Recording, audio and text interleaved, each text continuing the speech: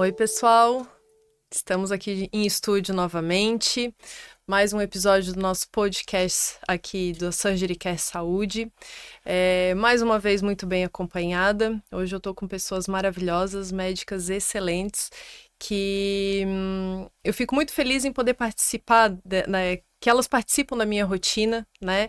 Então, o assunto de hoje é câncer de endométrio e é um prazer tê-las aqui hoje, meninas. A Duda já participou aqui de um podcast com a gente. Duda, quem é a doutora Maria Eduarda? Sou oncologista clínica, eu trabalho na clínica CEOF e eu atuo especialmente em tumores femininos, atendendo então mulheres com câncer de mama e tumores ginecológicos. Joia. Doutora Juliana. Eu sou Juliana Zanata, eu trabalho na Plenita Saúde da Mulher e na MedChic Saúde e Beleza, sou ginecologista e a minha subespecialidade é endoscopia ginecológica, que são cirurgias por vídeo, tanto para as doenças benignas, na verdade, e as pré-malignas, que daí as malignas a gente passa a bola para vocês. E a doutora Bruna Serpa. Eu sou Bruna Serpa, sou médica radiologista da Clínica Imagem e com subespecialidade em abdômen. É isso aí. E eu sou Karine, eu sou cirurgiã oncológica da Surgery Care e hoje vamos conversar então sobre esse câncer, né? O câncer de endométrio é a sexta neoplasia mais frequente no mundo e o intuito aqui é a gente conversar sobre o assunto, falar toda a jornada da paciente com câncer de endométrio, então por isso que nós juntamos aqui essas especialistas para a gente começar desde falar sobre dados epidemiológicos, sobre os fatores de risco, né, como a gente faz o diagnóstico, o estadiamento, o acompanhamento, né, poder gerar informações importantes para nossas pacientes e para quem presta assistência também a essas pacientes. Muitas vezes o médico ele não é especialista na área, mas ele, né, se depara com alguns casos dessa neoplasia, dessa doença, e muitas vezes ele também não sabe exatamente, né, como encaminhar, como proceder. Então, hoje, mais um dia, vamos gerar informações. Ju, o que é o endométrio?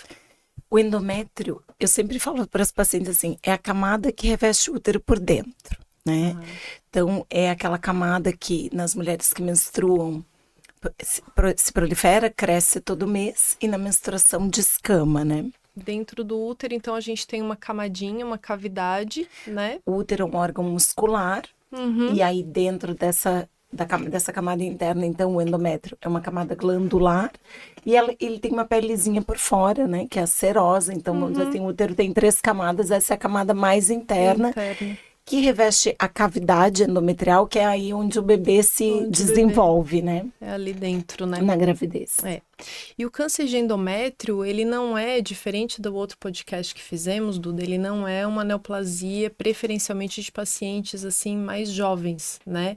Esse, sim, acaba sendo de pacientes com um pouco mais de idade, né? Ju, eu ia fazer uma pergunta para a Duda, mas eu vou reservar um pouquinho, que eu queria perguntar assim para você.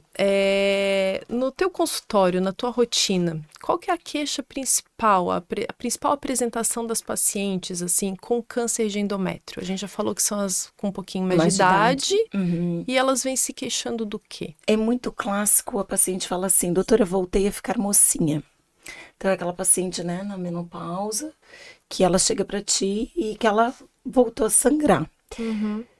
Tem um biotipo, né, que nós acredito que vamos aprofundar nisso também, mas é muito frequente pacientes com sobrepeso ou obesidade, diabetes, hipertensão, então essa questão de alterações metabólicas mesmo, né, então é muito frequente a paciente fala disso, sangramento, e ela tá acima do peso, né, pro ideal, vamos dizer assim. Tá.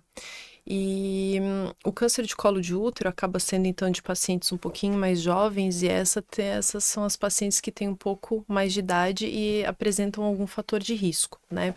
E aí, nesses casos, o fator de risco é de uma doença metabólica, né?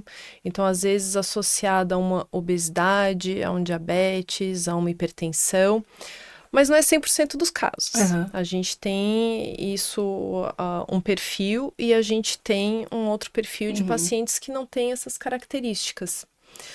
Duda, e aí essas neoplasias, quando a gente chega que já tem o diagnóstico, elas são as mesmas neoplasias? O câncer de endométrio é tudo igual?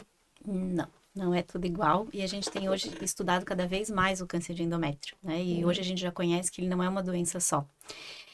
Por que a gente também tem estudado mais? Acho que a gente falou ali da incidência, né? O sexto tumor, mas entre os tumores ginecológicos ele é o segundo. Ele perde só para o colo do útero, mas nos países desenvolvidos ele é bem mais frequente até. Né? Porque, como a gente falou, está relacionado com síndrome metabólica, obesidade. Então, a gente sabe que países desenvolvidos, Estados Unidos e Europa, têm até uma incidência maior do que no Brasil. Mas o Brasil é um país continental, então aqui no sul e sudeste a gente precisa prestar atenção para essa doença porque a gente tem um perfil diferente dos outros estados. A gente tem ainda o câncer de colo do útero como o primeiro, mas o câncer de endométrio, ele é o segundo colocado e ele tem até uma porcentagem maior do que nas outras regiões, como por exemplo o norte e nordeste. Ele até ultrapassou o câncer de ovário em incidência. E por que está acontecendo esse aumento, né? Ele é um dos tumores que a gente vê um aumento de incidência. Porque a gente tem um aumento da obesidade, que é o que a Juliana estava falando. Então, tem esse perfil clássico, né, do câncer de endométrio relacionado à obesidade, por um aumento de estrogênio, que é um dos fatores que vai estimular ali o crescimento do endométrio. Mas a gente também sabe que tem o tipo 2, que a gente chama, né? Mulheres magras que fogem a esse padrão. Então, depois a gente entender um pouquinho melhor que também não é só esse tipo 1 clássico e o tipo 2. Hoje a gente já divide ele em outros subtipos. Mas acho que é importante a gente saber isso, né? Reconhecer que tem aumentado a incidência e que também tinha até aumentado a mortalidade por isso. Mas que hoje, felizmente, a gente tem tratamentos mais avançados e a gente espera mudar esse cenário. Com certeza. Uma coisa que fazendo esse link, né, que a Duda falou da questão do peso, sempre, todas as patologias no consultório, toda doença que ela está relacionada, né, ao sedentarismo, ao sobrepeso e obesidade, eu sempre falo para o paciente, isso é uma coisa mutável, né, porque, por exemplo, uma genética que te leva ao câncer, tu não consegues mudar essa genética, mas tu emagreceres, tu fazer uma atividade física, entrar, né, fazer o teu papel, tomar o teu papel dentro da doença e o que tu podes fazer para ficar bem, né, só depende do paciente, né. É a ajuda que ela pode fazer, né, é isso aí mesmo. Duda, só mais uma coisa, a gente até já conversou sobre isso no outro podcast, mas é possível que nem, né, quem esteja nos assistindo agora não tenha assistido aquele. O que é câncer especificamente? Vamos só falar de uma maneira geral, né? Da onde que vem? A gente tem o útero, tem ali a camada de revestimento que é o endométrio, as células nascem normalmente. Por que que uma célula dali muda? Assim, Seria o câncer. No endométrio, uma das principais causas é uma hiperplasia, né? Que seria um crescimento do endométrio. Então, ele começa a se proliferar, aumentar esse número de células. E nesse aumento, então, quanto mais divisões, pode acontecer alguma alteração, alguma mutação no DNA dessas células. Então, todo o câncer, ele é uma doença genética. Ele começa numa alteração do DNA. Aquela célula que era programada para crescer, né? Se desenvolver de uma maneira e morrer, ela começa a se multiplicar indefinidamente. Então, essa célula não é mais uma célula normal, ela é uma célula neoplásica e ela também começa a adquirir a capacidade de invadir outros tecidos. E daí é que a gente tem uma neoplasia maligna, né? O que caracteriza o câncer, que é um tumor que consegue dar metástase e ir para outras partes do corpo. Certo. Então, a partir de uma hiperplasia, e por isso que o estrogênio é um dos principais fatores de risco, né, para o câncer de endométrio, essa hiperplasia, então essa multiplicação aumentada das células do endométrio, pode, em algum momento desse crescimento celular, ter um erro nessa divisão e o acúmulo dessas mutações gerar um câncer. Aí a gente tem, então, vamos desenhar, né, uma historinha. A gente tem uma paciente que já é menopausada, então vamos ver, ela já tem mais de 50 anos, provavelmente, né? A média é 60, né? O pico da doença é 62 anos. É isso aí. Então, vamos subir mais um pouquinho. Vamos subir para 60 anos. E aí, ela vinha já aí com mais de 10 anos que não menstruava. Ela chega no teu consultório, Ju, dizendo que tá sangrando. Qual é o primeiro exame que você vai pedir? Então... Não o primeiro exame, né? Qual é a primeira avaliação e depois o exame? Então, a gente faz o exame físico, né? Para afastar... ou para afastar, ou para diagnosticar a origem desse sangramento. Às vezes, tu já no exame ginecológico, olha o colo do útero, às vezes é um tumor de colo e aí difere completamente, né? Mas então, no exame físico, a gente já consegue avaliar se não tem uma outra origem desse sangramento.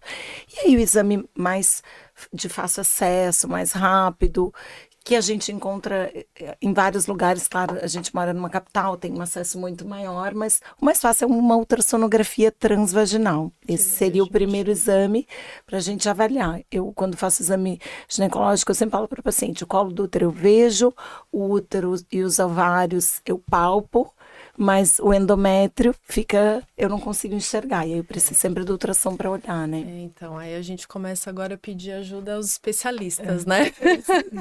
O colo de útero, quando a gente examina a paciente, está ali na nossa cara muitas vezes, apesar de inicialmente a doença ser microscópica, né? Mas aí a gente acaba pedindo realmente o primeiro exame.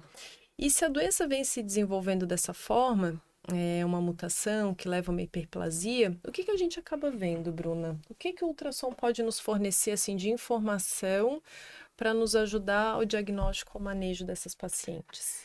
Então, ultrassom transvaginal, algumas pacientes até falam, por que não o abdominal em vez do transvaginal pelo desconforto? Mas o transvaginal, o transdutor consegue tocar no colo do útero, então a gente consegue ter um acesso tanto ao útero como aos ovários muito melhor, uma resolução muito melhor do que a via abdominal. As menopausadas, como vocês já falaram, então elas estão sem menstruar, sem proliferar esse endométrio, então o endométrio é para a gente encontrar bem fininho. Então, esse dado é bem fácil de ver pelo ultrassom transvaginal. Então, se a gente vê um espessamento, algum nódulo, irregularidade, a gente já consegue não afirmar que é um tumor, não afirmar que é um câncer, mas já acende a luz vermelha para a gente prosseguir essa investigação. Aí você vê que o endométrio ele tá maior, ele tá aumentado, e aí, mas existem às vezes assim, algum nódulozinho ou alguma coisa, vocês conseguem ver aquela camadinha, né, de músculo, mas não é um exame assim, ele serve para a gente ver que ele está aumentado, né? Mas como você falou, ele não dá o diagnóstico, mas ele já alerta. E aí é como eu sempre falo, né? É um somatório de informações. Uma paciente já menopausada, com um pouco mais de idade. A gente não está esperando que aquele útero esteja se preparando para uma fertilização, né? Para receber um neném. Então, algo errado não está certo. Aí quando chega, Ju, uma paciente nessa condição, 60 anos, um aumento ali do endométrio. Qual que é o passo seguinte, né? O que a gente faz? Se a gente não conseguiu bater o martelo, mas a gente conseguiu perceber que é dali. Não é alteração hormonal, de sangue, não viu mioma, porque a gente também consegue ver algumas outras coisas, né, Bruna? Às vezes que, né? Às vezes coisas benignas Que justificam. Você fez o preventivo, exatamente, tem o pólipo que às vezes sangra. Miomas, né? Às vezes São algum mioma, mioma. a gente vê. Isso, que o próprio ultrassom às vezes, né, consegue nos dar essas informações, mas a paciente não. A paciente vem como o quê? Um espessamento endometrial. Esse é o clássico, é o espessamento endometrial. Um espessamento endometrial numa paciente com 60 anos. Então, eu sempre falo assim para paciente, né? Olha, a maioria dos sangramentos, elas não são por questões malignas, né? Só que 90% dos sangramentos, 90% dos cânceres de endométrio tem como primeiro sinal o sangramento. Então, é aquilo, sinal sempre de alerta. Veio esse espessamento. O que a gente tem que fazer agora é investigar. Então, é ter uma biópsia, ter amostras desse endométrio para a gente fazer essa análise. Qual que é o exame padrão ouro para isso? O que é um exame padrão ouro, né? Para quem não é médico entender, é o melhor exame de todos. Então, o ultrassom, eu digo assim, ó, ele te dá uma ideia do que está acontecendo, mas para a gente ter certeza do que está acontecendo lá dentro, o ideal é fazer uma endoscopia do útero, que se chama histeroscopia. Uteroscopia olhar. Então, a gente entra com uma câmera dentro do útero, analisa todo esse trajeto, desde o colo do útero até toda a cavidade endometrial. E aí a gente tem a possibilidade de tirar amostras, né? Ou se é uma lesão benigna, já tratar. Se é uma suspeita de câncer, tirar amostras para poder confirmar Isso, e se tem ali uma dúvida também, acabar com qualquer dúvida que a gente tenha, né? Esse é o exame ideal. Mas, novamente, assim como o ultrassom ele é mais fácil de a gente ter em todo lugar, a esteroscopia não é um exame acessível para todo mundo, né? Em todas as cidades, não é todo profissional que faz. Então, nós temos outras possibilidades de chegar na cavidade endometrial. Uma situação, a gente pode fazer uma curetagem, que é muito comum das pessoas ouvirem falar, mas a curetagem a gente ainda precisa uma internação hospitalar, uma sedação, tem um trâmite mais demorado e burocrático, um pouco mais de riscos também. A gente tem o AMIU, que é uma sigla para aspiração manual intrauterina, a gente conhece muito para pós-abortamento, quando a gente quer esvaziar a cavidade uterina, um pós-aborto, mas a gente pode usar é uma seringuinha, é uma canulazinha de um material plástico, acoplado numa seringa que faz um vácuo e a gente consegue aspirar facilmente, obter material de dentro do útero. Tem algumas pequenas curetinhas que podem ser usadas em consultório, que é a Pipelle e a Novak. Então, isso também é de mais fácil acesso, mas tem uma coisa super barata, que a gente pode pegar uma sondinha vesical de esvaziar o xixi, acoplar numa seringa de 10 ml, introduzir dentro do útero em consultório mesmo, fazendo movimentos de vai e vem e aspirando com a seringa até que a gente venha material e a gente consegue, só para ter uma ideia, 90% de diagnóstico de câncer. Quando é câncer, a gente consegue em 90% dos casos diagnosticar com uma coisa super simples, super barata. E aí, trazendo também, às vezes, para a unidade básica de saúde, né? O médico que está atento a isso, ele fazer um procedimento que é facilmente executável, simples, né? Simples e barato, É. e que pode ser feito numa cidade do interior, onde os recursos são menores, né?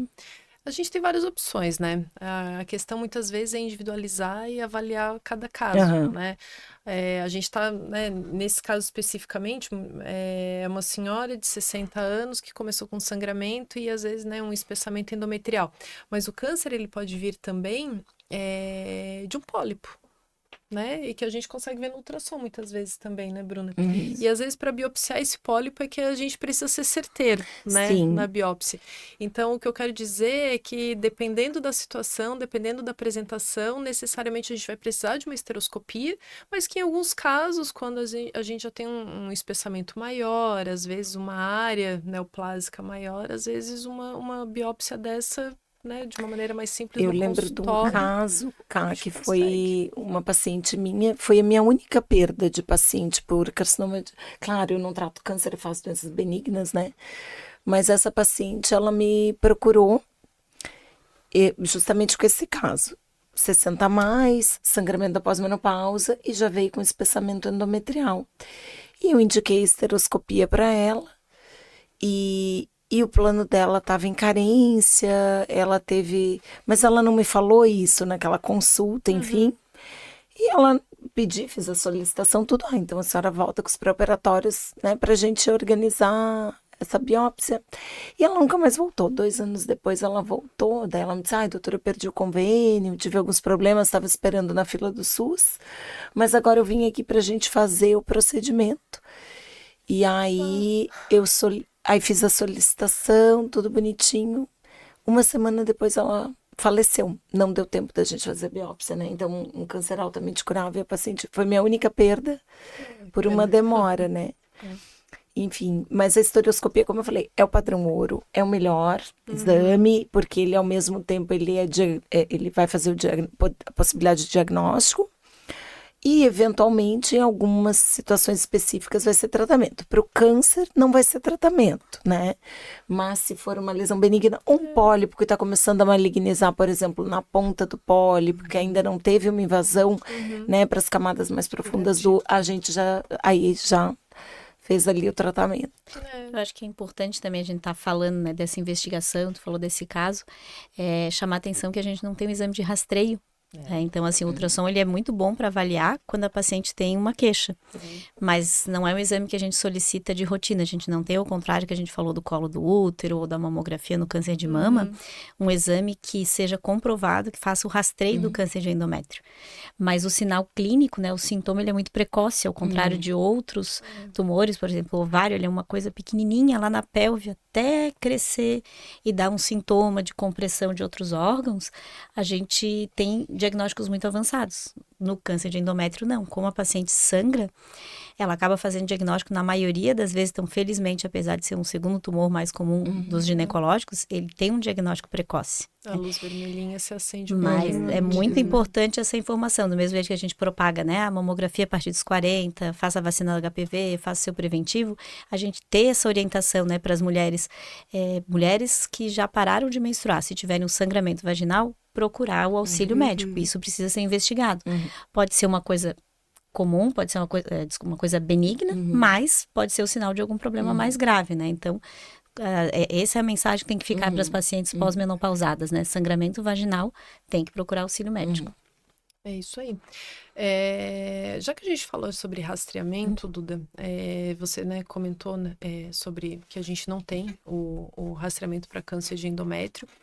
E é bom frisar também que o próprio preventivo, né, o exame que se faz, a citologia cervical, para o colo de útero também não tem papel para o diagnóstico e para o rastreamento, obviamente, do câncer de endométrio. Mas que algumas vezes, em lesões até um pouco mais avançadas de endométrio, ele pode acender um pouquinho a luz vermelha, né? Quando apresentam ali as células endometriais na citologia, principalmente na parte, quando passa a escovinha, não passa no canal, se vierem algumas células, às vezes, né, pode acender a luz vermelha. Vamos só frisar mais um pouquinho, que a gente já, né, tá falando sobre diagnóstico e tal, mas eu queria só voltar um pouquinho sobre alguns fatores de risco para a gente não deixar isso passar batido aqui na nossa conversa. Que a gente falou sobre a idade, né, principalmente nas mulheres menopausadas. A síndrome metabólica, né, a obesidade, o aumento do estrogênio, vamos dizer assim, sem a proteção da própria progesterona. Mas também a gente tem ovários policísticos, né, Ju, que às vezes tem essa proliferação, assim, esse aumento da quantidade de estrogênio e a própria inatividade física, enfim. Então, assim, hábitos saudáveis de vida, né? Manter hábitos saudáveis de vida é mais um câncer, né? Mais uma neoplasia que a gente consegue, pelo menos a nossa parte, tentar evitar isso, tendo hábitos saudáveis, praticando atividade física, não fumar. Isso é importante. E a reposição hormonal, né? Que eu acho que é uma coisa que toda mulher hoje tem medo, mas a gente sabe que tem uma série de benefícios. Mesmo sendo oncologista, eu digo, não sou contra a reposição, eu sou contra a reposição feita sem um acompanhamento, né, sem ser avaliado se aquela paciente ela pode utilizar com segurança e ter um acompanhamento. Mas tem um tipo, né, que pode ter mais risco, né, Ju? Tem que ter um cuidado na reposição. Então, o que a gente tem percebido, né, às vezes um avanço aí por parte de não médicos, inclusive, eu já peguei paciente que o dentista prescreveu reposição hormonal, que a personal prescreveu a reposição hormonal, que comprou na internet, ou seja, ninguém prescreveu, o paciente comprou hormônio na internet, e isso às vezes está tomando ou usando erroneamente, né? Toda paciente que ela tem útero, então nós estamos falando do estrogênio, né, como um fator de proliferação do endométrio, mas a gente tem a progesterona, que é um fator protetor. Então, eu falo para a paciente assim, ó, um engrossa e o outro controla esse, né? Então, um espessa e o outro regula esse crescimento. Então, quando tu não tens a progesterona fazendo essa regulagem, vamos dizer assim, vai crescendo, crescendo, crescendo desordenadamente. E tá sendo muito frequente, a gente não encontrava isso quando era só, tava na mão do ginecologista e do endócrino, a reposição hormonal, a gente não encontrava isso. E agora está sendo bem frequente. Não usar a progesterona em pacientes que têm útero, né? A gente encontra bastante mesmo. Isso é verdade. Teve um aumento. Percebo também. Enfim, vamos lá. Fisiopatologia, né? A gente tem, então, Duda, a mutação genética. e aí a paciente vai ter, então, desenvolve, né, a alteração celular que começa a ter uma hiperplasia. Aí a gente tem o crescimento do endométrio, a gente tem a hiperplasia sem atipia, a hiperplasia com atipia, e aí a gente tem o câncer propriamente dito. Quando a gente faz o diagnóstico de qualquer neoplasia maligna, mas a gente faz o diagnóstico, depois a gente vai para o estadiamento. Então, a paciente passou por toda a fase, o câncer apareceu e agora a gente tem que ver a extensão da doença dentro do organismo. O que a gente pede, Duda? A gente já fez ultrassom, a gente já fez a esteroscopia. Veio a biópsia. Veio a né, biópsia. confirmando. Então, assim, o estadiamento, né, que a gente chama, é quando a gente, em qualquer tipo de câncer, vai pedir exames de imagem para ver a extensão daquela doença, né? Como que aquele tumor ele cresceu, tanto ao redor, então, dentro daquele próprio órgão, o tamanho, se ele invade alguma estrutura ao lado, se ele tem linfonodos, né, as ínguas ao redor estão aumentadas com sinal de que realmente também foram comprometidas pelo tumor, e outros órgãos à distância. Então, como a gente falou, o endométrio geralmente ele tem um diagnóstico mais precoce, né? Ele vai ser realmente, a maioria das vezes, estágios iniciais, que a gente chama de estágio 1 ou estágio 2, que são confinados ao útero. E, na verdade, o estadiamento mais importante vai ser cirúrgico, né? Daí eu vou passar a bola para minhas duas colegas. Então, assim, o estadiamento, ele tem um estadiamento cirúrgico, vai ser o mais importante para a gente depois definir um tratamento que a gente vai precisar ou não fazer. Mas a gente costuma também pedir os exames de imagem, né? Uma ressonância para a gente poder avaliar melhor essas camadas, né? Como a Ju falou, se a gente tem um tumor que ele parece estar só ali no endométrio, se ele já invade outras camadas, se tem algum linfonodo aumentado. E daí, para isso, a gente solicita exames de imagem, ressonância, pode até solicitar também tomografia do tórax para avaliar pulmão, outros órgãos, né? Que possa ter acometido. E daí eu já passo para as minhas colegas. Então, a gente fez então o diagnóstico, a gente vai fazer agora o estadiamento. E como a Duda falou, Bruna, a gente precisa ver agora o próprio útero para ver a extensão da doença, né? Qualquer exame serve? A gente Não. pode pedir, eu quero um exame de imagem. O que se pede? Exame para câncer de endométrio. Exame né? para Assim, câncer de endométrio. É assim? Vocês sabem de tudo? Assim, é assim? A gente começou com ultrassom. É. Ultrassom vai ser aquele exame que é o sim ou não, né? É bem sensível e pouco específico. A gente vai, como tu falou, ligou a luz vermelha, vamos para frente. O próximo seria a ressonância magnética. Órgãos pélvicos, ressonância magnética. Então, para estadiamento loco-regional, para ver se ele ultrapassa o útero, se invade as camadas do miométrio, como a Juliana falou, se ultrapassa a serosa, até que ponto do miométrio vai, se vai para o colo, se vai para a vagina, se vai para o reto, se vai para a bexiga, os órgãos adjacentes. E também a gente consegue ver os linfonodos. Então, esse estadiamento local, a gente vai sempre ressonância magnética é muito superior. E como a Duda falou, daí o estadiamento sistêmico, a tomografia. Então, não adianta pedir só a tomografia, porque a tomografia para o estadiamento local, ela não tem uma acurácia tão boa para ver as camadas do útero, para ver a invasão de órgãos adjacentes. Vai ser para linfonodomegalia, para ver se tem metástase pulmonar, hepática, etc. É interessante, né? Eu lembro quando eu comecei a ver exame de imagem, quando eu comecei a fazer residência de cirurgia, para mim era tudo meio tudo cinza, né? Ou era 50 cinza, tons de preto, cinza, né? 50 tons de cinza, ou é cinza, preto e branco. Eu confesso que, enfim, a gente vai aperfeiçoando, né? Mas eu acho mais fácil ver uma tomografia. A ressonância realmente ela tem muitos cortes, muitas fases, não são fases, né, que fala, Sequências. Muitas sequências, né? Eu acho interessante, nós temos as nossas reuniões, assim, que daí o Jorge participa com a gente, mas ele fala, não, mas tá aqui, ó, Deus, meu Deus, tá aqui aonde? Conseguem ver, né? É interessante, e é interessante essa conversa com o radiologista, porque às vezes a gente já tem uma sensação, né, em relação ao diagnóstico, à experiência, conversando com a paciente, que às vezes parece uma doença um pouco mais indolente, ou essa parece uma doença um pouco mais agressiva, e muitas vezes a gente conta a historinha, conversa com o radiologista sobre o caso, Mas ele não viu a paciente, mas ele viu o exame. E ele consegue ter muitas vezes a mesma percepção, né? Olha, essa doença é feia, essa doença parece um pouco mais agressiva, é um pouco diferente. E em alguns casos, histórias um pouco diferentes também, é um pouco diferente, a apresentação radiológica também né? São vários casos, assim, eu já tive caso, por exemplo, que a paciente simplesmente, assim, não é simplesmente, mas teve um sangramento, eu fui examinar, tinha infiltração de cervical, infiltração de colo de útero, assim, é um baita tumorzão de colo de útero aqui, vamos pedir o exame de estadiamento, e era um útero muito aumentado. E aí, na ressonância, era tudo muito aumentado, não sabia exatamente de onde que era. A biópsia veio uma neoplasia indiferenciada. Então, assim, muitas vezes a gente tem que ter cuidado, né, na solicitação do exame, porque a gente acha que o radiologista vai abrir lá o exame e vai dizer milagrosamente do que se trata. Mas o próprio radiologista teve dificuldade em me dizer se parecia, né, se era uma neoplasia no colo ou do próprio corpo uterino, né, se era endométrio, assim.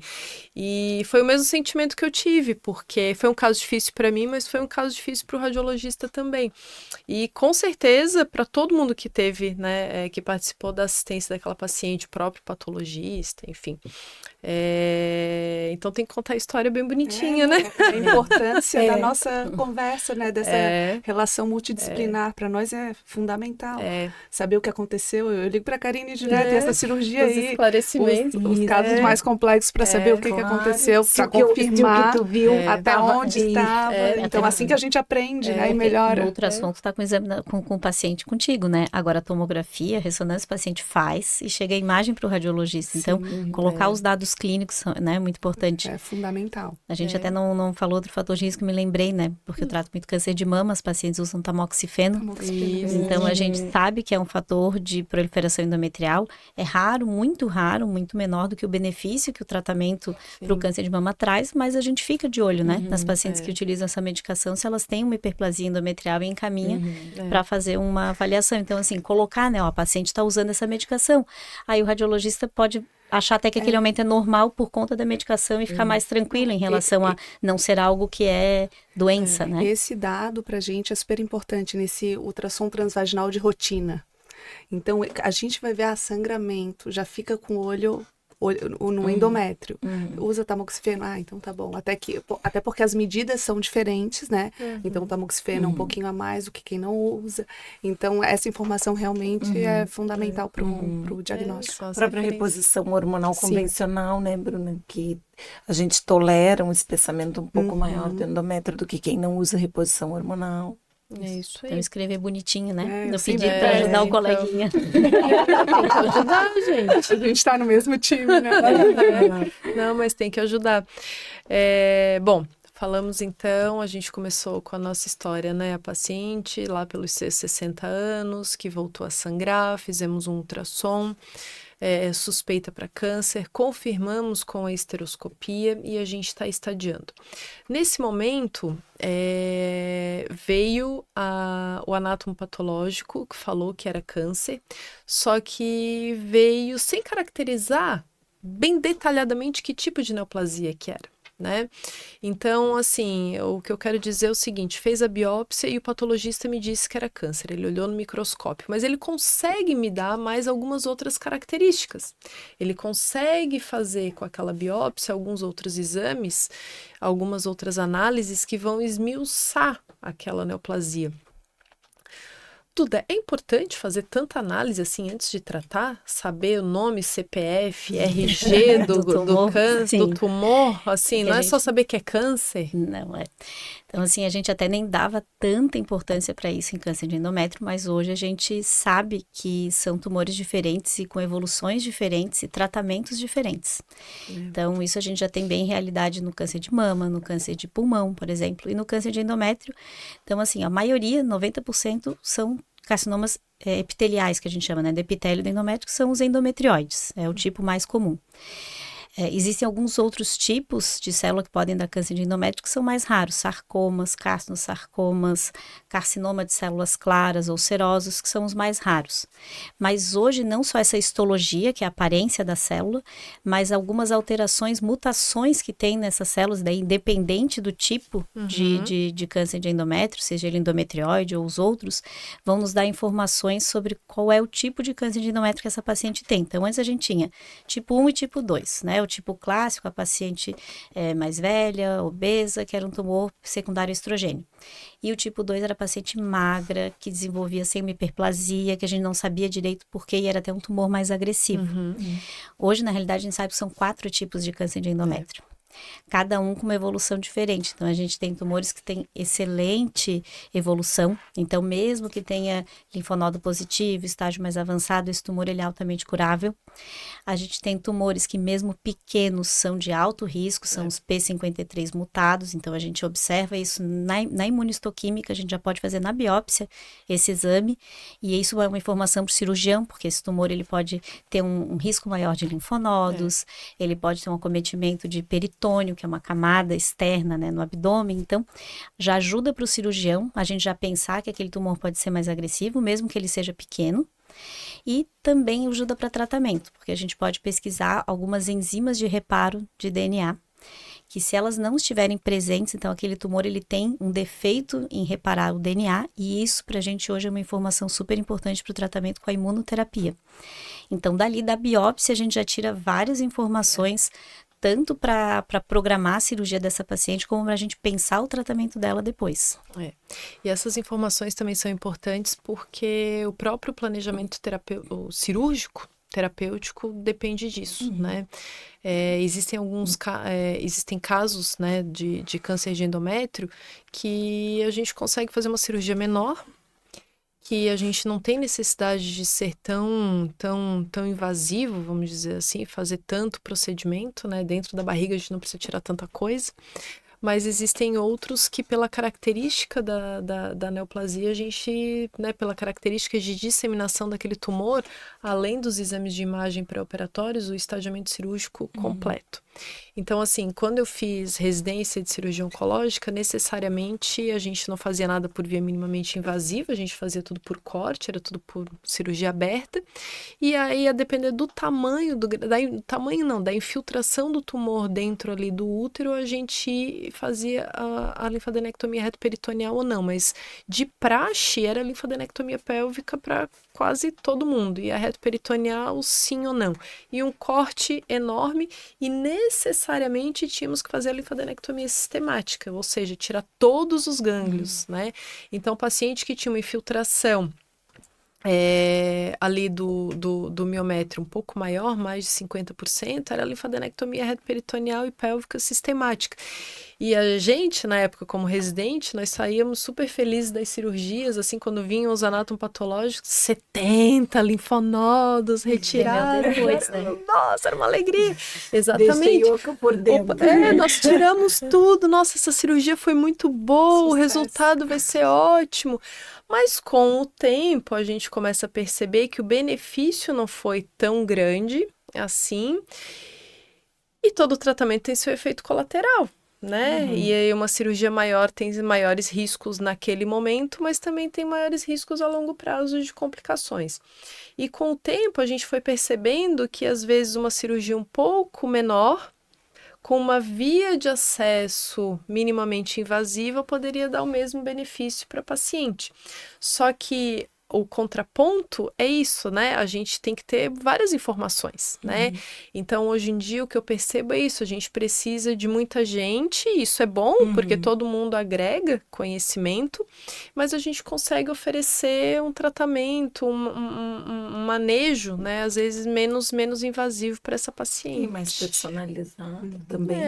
Eu acho que sim. E até fazendo esse link, porque às vezes a paciente tem aquela ansiedade em operar, né? Descobriu que tem a lesão e quando vai ser minha cirurgia. E entender que esses passos são muito importantes, inclusive, para que a cirurgia dela e depois os tratamentos necessários sejam um sucesso. Depende de manejo da ansiedade um pouquinho e fazer tudo o que precisa antes, Da né? programação, né? É, De ter tudo muito bem planejado. É isso aí. Então, assim, a gente precisa, né, de que a luz vermelha, né, se acenda para a gente tentar fazer o diagnóstico mais precoce possível. A gente precisa de um diagnóstico que vem através da biópsia e de toda a análise do patologista. E aí, a partir daí, a gente faz um estadiamento, a gente precisa de um radiologista que nos dê várias informações, porque eu vou atrás, existem locais muitas vezes ali, existem, por exemplo, linfonodos retroperitoneais ou um nódulo suspeito em algum outro local dentro da cavidade, que se o radiologista não me fala, eu não vou atrás. Porque procurar aquilo ali é mais de 1 hora dentro da cirurgia. E é 1 hora paciente tomando anestesia e os riscos, né, relacionados. Então, eu acho que é isso. É todo mundo conhecendo o fator de risco, o que aquilo ali pode causar na paciente e o benefício que a gente pode agregar, né? São essas as informações.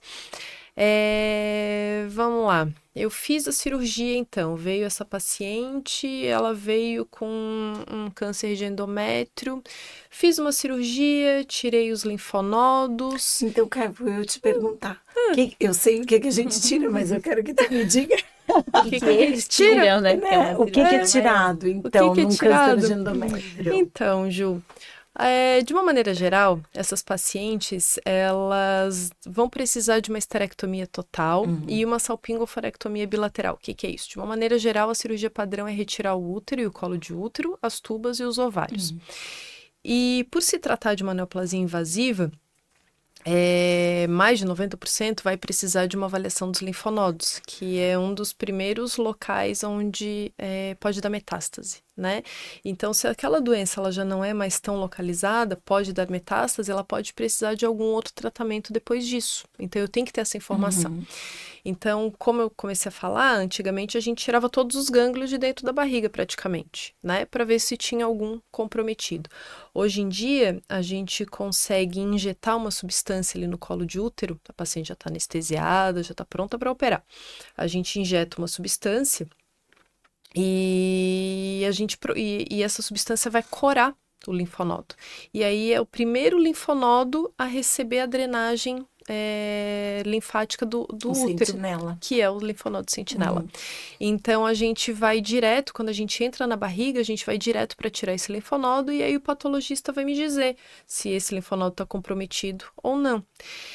Ah, mas e se ele estiver comprometido, a gente tira os outros gânglios?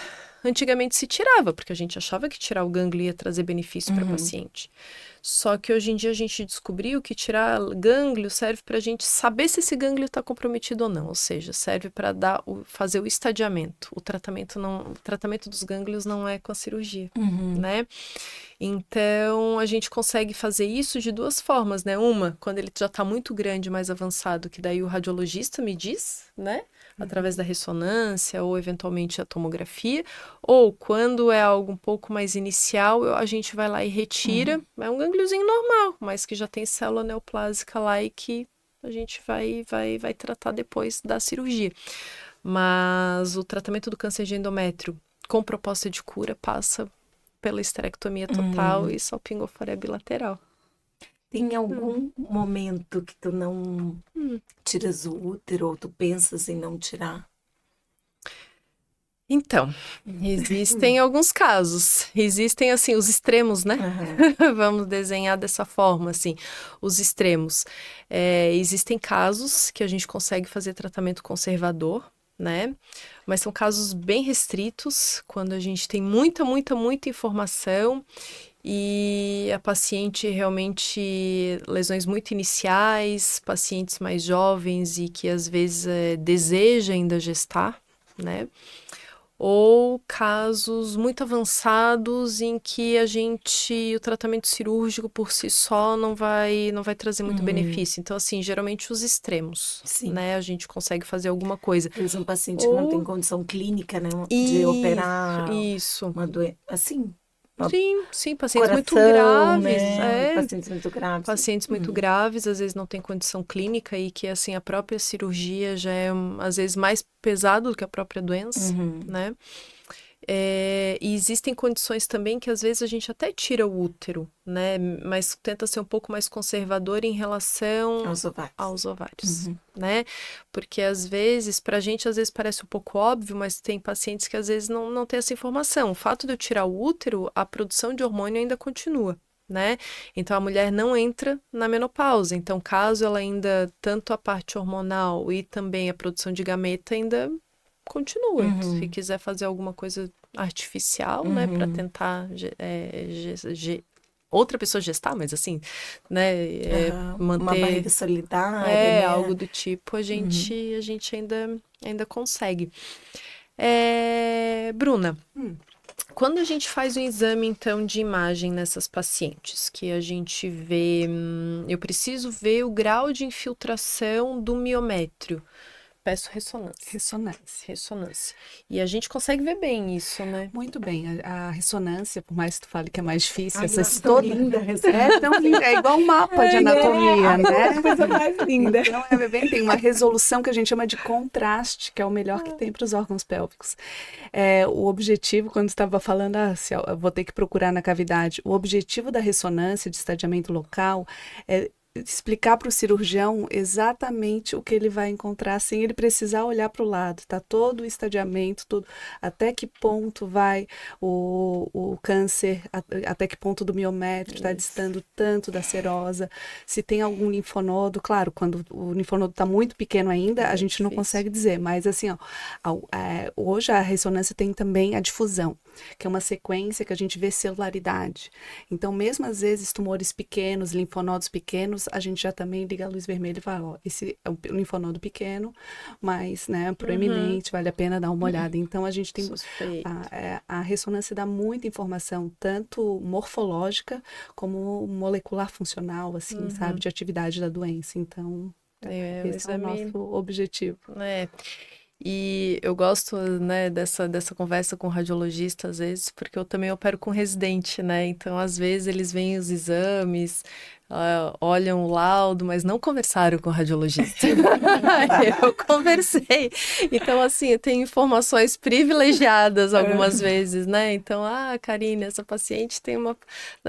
tem uma duplicidade. Teus olhos também, né? No contrário também. O que aconteceu ontem, eu estava com um exame super complexo. Falei, Karine, me dá as informações clínicas, porque era ou algo maligno, ou algo inflamatório crônico, e as informações de todo o laboratório, tudo ajudou muito, né? Então, assim, a gente não é um mágico que vai lá e diz isso ou isso. Então, é um conjunto de informações que vai fazer a gente interpretar de um jeito ou de outro.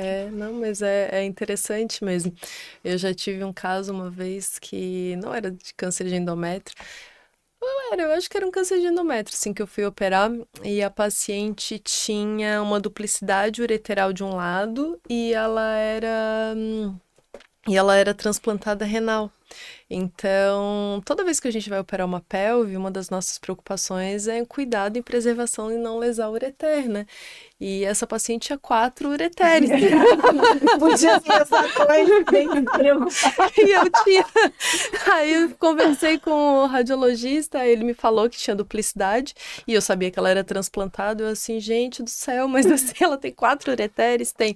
Eu assim, tá, mas tem linfonodo perto desses ureteres, pelo amor de Deus, né? Porque assim, é diferente. Não tem. Eu digo, então vai sair tudo certo, tá tudo certo, tá tranquilo então, tá tudo bem. Vamos lá, até me perdi aqui, eu tô aonde agora? Bom, o estadiamento. Nós fizemos então a cirurgia, eu vou sempre seguindo no casinho, né? E aí nós fizemos a cirurgia, da nossa paciente a gente fez a esterectomia, tiramos o linfonodo, e o linfonodo veio negativo. Vamos começar dessa forma, né? Se o linfonodo veio negativo, a gente entende, então, que a doença não tinha essa disseminação linfonodal, que ela era um pouco mais restrita, né? Mas necessariamente eu não vou fazer mais nada, Duda? Acabou? Não. Vai depender de algumas informações. Então, a gente falou, né, que a gente tem o estadiamento. Então, o estágio da doença para qualquer neoplasia não é diferente para o câncer de endométrio. É importante, porque por que a gente faz algum tratamento complementar? Tu operou, tirou o câncer, tá curada, né? Por que a gente precisa fazer? Então, como tu falou, a gente vai ter que às vezes examinar o linfonodo, porque ele pode estar normal e ter doença ali. Então, no momento que a gente faz a retirada do tumor, pode ter ficado alguma célula que já foi para a circulação e que em algum momento ela acha um local que ela pode crescer, se desenvolver, e é o que a gente tem, que a gente chama recidiva. Então, por isso que a gente fala muito que o paciente está em remissão, né? A gente espera um tempo depois da cirurgia do tumor para saber que aquela paciente realmente está curada. Como é que a gente sabe isso? A gente não tem ainda um exame que consiga definir. A gente está falando de células muito pequenas que não vão ser vistas nos exames de imagem.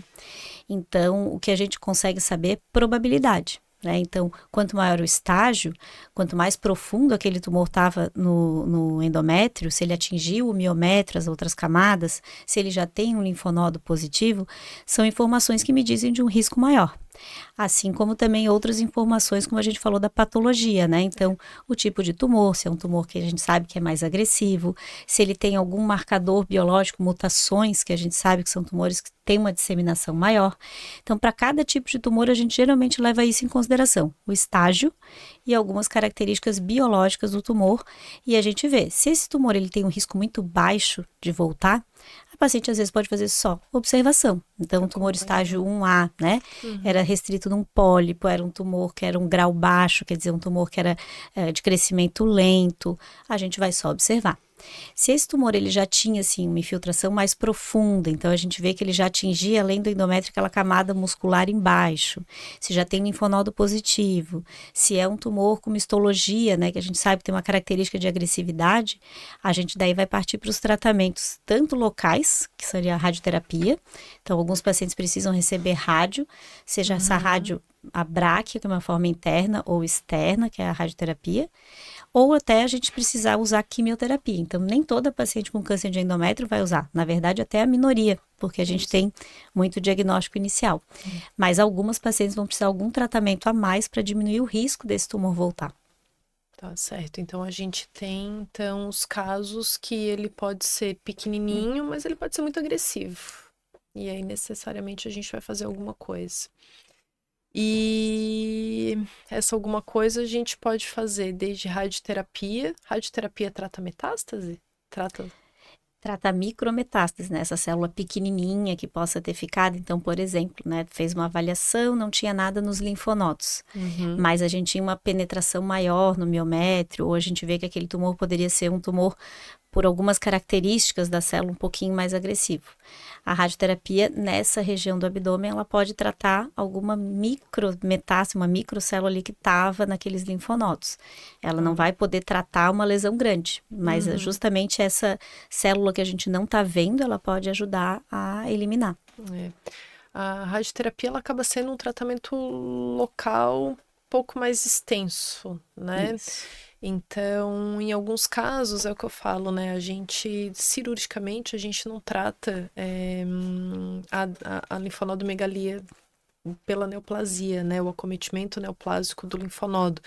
Mas, às vezes, em alguns casos, o tal do buque linfonodal, né? Às vezes tem algum benefício em a gente retirar, porque aquela dose da radioterapia vai ser melhor distribuída. O radioterapeuta, ele não, muitas vezes, quando tem muito linfonodo, né? Ele tem que redistribuir de uma maneira para tratar todo aquele local, mas os locais onde tem mais doença, ele tem que fazer o tal do boost, né? Que é aumentar a dose. Não é sempre, mas em alguns casos entra o benefício de tirar uma lesão maior, né, para poder distribuir melhor e tratar melhor essa doença localmente avançada. E fala da químio, Duda. É aquela químio que cai o cabelo? Cai. Nessa do endométrio cai. Como eu falei, geralmente é a exceção, a maior parte dos casos vão ser mais iniciais, mas quando a gente tem linfonodo comprometido, então quer dizer que já foi para a circulação linfática e a gente pode ter daqui a pouco uma disseminação pelo sangue para outros órgãos, e daí a rádio não vai adiantar. Não vai resolver. Então, quando a gente tem um risco que a gente chama sistêmico, né, para outras partes do corpo, a gente vai usar a quimioterapia. E nesse caso, mesmo que seja um tumor bonzinho, né, que a gente sabe que ele provavelmente até teria uma evolução maior, a gente ainda não tem segurança de deixar essa paciente sem quimioterapia. Então, nesses casos, tumores pequenos, mais agressivos, que seria o P53, né? Ou tumores que tenham linfonodos positivos, a gente indica fazer a químio e até combinar, né? Faz a químio sequencial, depois a gente faz a radioterapia. E geralmente são 6 ciclos de quimioterapia, de uma combinação de 2 medicações, e que ela faz cair o cabelo. A boa notícia é que hoje a gente tem a touca, né? Então, assim, pode parecer uma bobagem, né? Mas para quem trabalha com estética sabe que não é. Realmente, assim, a gente sabe que é uma coisa de autoestima, da pessoa se sentir bem, muitas vezes até da questão de não se sentir doente, né? Do estigma que traz a queda do cabelo. Então, hoje, para diminuir esse risco da queda de cabelo, a gente pode usar o resfriamento do couro cabeludo, que é uma touca que realmente gela o couro cabeludo e com isso os vasos se contraem e evita que a quimioterapia chegue ali na raiz do cabelo, né? E daí não afetando a raiz do cabelo, o cabelo pode continuar crescendo.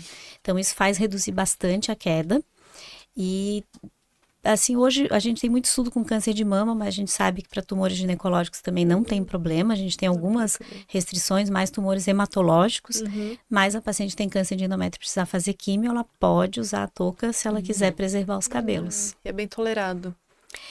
A questão, acho que no frio agora fica um mais pouco, difícil né? mas a tolerância é pior em quem tem enxaqueca. Ah, é? Porque por causa da sensação do frio. Mas a maioria, assim, é difícil que tenha paciente que desista por conta de desconforto. Elas falam que assim, os primeiros 10 minutos é um pouquinho mais incômodo. Hoje tem gente entrando na banheira de gelo, né? Pra melhorar a saúde. Tem bastante, tem. Mas, assim... Tratamento a gente, estético também, queimar gordura no gelo. Mas a gente coloca, assim, bastante coberta, dá um chazinho quente. E é uma coisa que, assim, não vai ser importante no ponto de vista oncológico. É pra... Então, assim, se a paciente... Se o desconforto dela de perder o cabelo for maior do que, né, de que usar uma touca gelada... Geralmente uma queixa muito comum no consultório ginecológico, que não é uma queixa ginecológica, é queda de cabelo. Todos os dias eu peço vitaminas, enfim, exames complementares, porque as pacientes queixam para mim de queda de cabelo. Mas é algo, né? É algo para relevante, mulher, sim, porque na verdade nessa análise hoje a gente sabe que o cabelo, né, muito mais do que a função da proteção do couro cabeludo, ela tem essa função mesmo estética mesmo, Tem, né? tem. Estética. Não fomos nós que determinamos, a natureza já é como as penas nos pássaros machos, né, para encantar as suas fêmeas. O cabelo tem esse papel muito importante, né? E é o que a Duda falou, né? De não se ver doente e continuar se vendo, se enxergando, né? Porque é até uma falta de reconhecimento mesmo que a paciente tem quando ela perde o cabelo. Quem sou eu, né? Onde está aquela mulher? Não, mas acho que faz diferença, assim. E oferecer, né? Eu acho que cada um, né? Com a gente, né? Veio falando desde o início, né? São as opções, compartilhar, né? Com a paciente a informação que nós temos e ela, né? Juntamente, nós, né? Toda a equipe vai definir com ela o melhor. E não tem uma regra, né? Também a pessoa não se sentir mal porque assim, é uma opção da paciente, como eu falei, não faz parte do tratamento oncológico, se ela quer, ela usa. Agora, tem pacientes que ficam super bem assumindo a careca, tem pacientes que gostam de usar peruca, aproveita, testa a cor, corte de cabelo, então acho que o importante é a sensação de bem-estar, né? A autoestima tá bem, da maneira que ela se sentir mais confortável. Eu concordo.